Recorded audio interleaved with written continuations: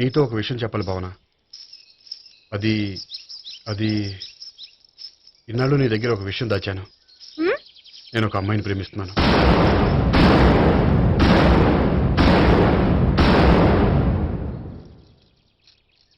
ఆ, ఈ విషయం నీకు ఎప్పుడో చెప్దాం అనుకున్నాను, కానీ చెప్పలేకపోయాను.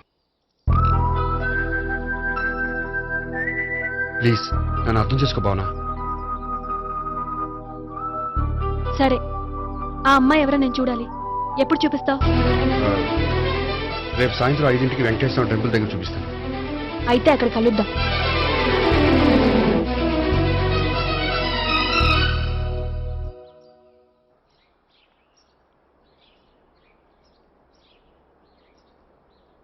ఏంటి ఆలోచిస్తున్నావు?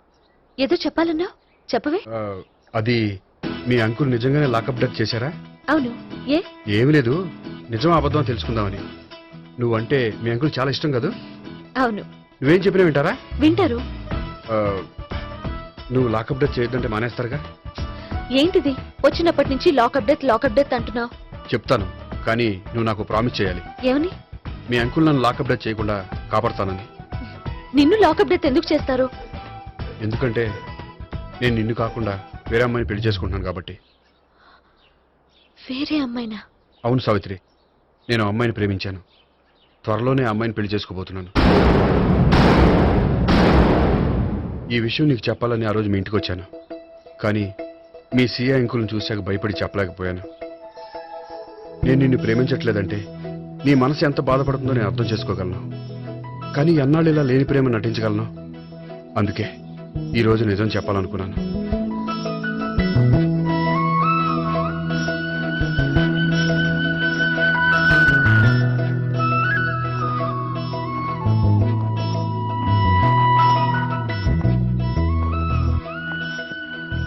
ఆ అమ్మాయి ఎవరు? ఆ, ఆ అమ్మాయి ఆ, చెప్పడం ఎందుకు, ఏదో ఒక రోజు చూపిస్తాను. కాదు, రేపే నేను చూడాలి. ఆ, ఆ, రేపా? ఏ ప్రాబ్లమా? ఆ, ఆ, ప్రాబ్లం అనేది ఏమీ లేదు. సరే, రేపు 5ంటికి వెంకటేశ్వర టెంపుల్కి వచ్చాయి, అక్కడ చూపిస్తాను.